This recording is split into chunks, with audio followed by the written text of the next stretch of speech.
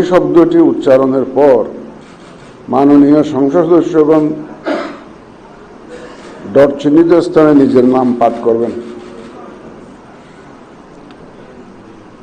আমি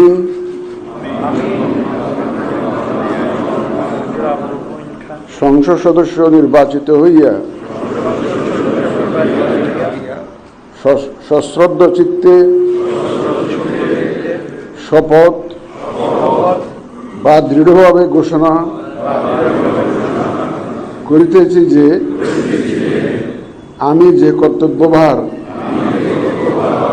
গ্রহণ করিতে যাইতেছি তাহা আইন অনুযায়ী ও বিশ্বস্ততার সহিত পালন করিব। আমি বাংলাদেশের প্রতি অকৃত্রিম বিশ্বাস ও আনুগত্য পোষণ করিব এবং সংসদ সদস্যরূপে আমার কর্তব্য পালনকে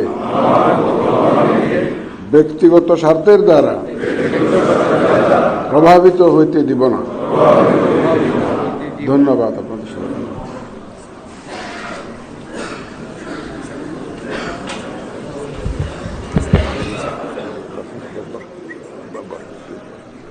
ধন্যবাদ মাননীয় প্রধান নির্বাচন কমিশনার এবং আজকের শপথ পাঠদানকারী জনাব এম নাসিরউদ্দিন স্যার।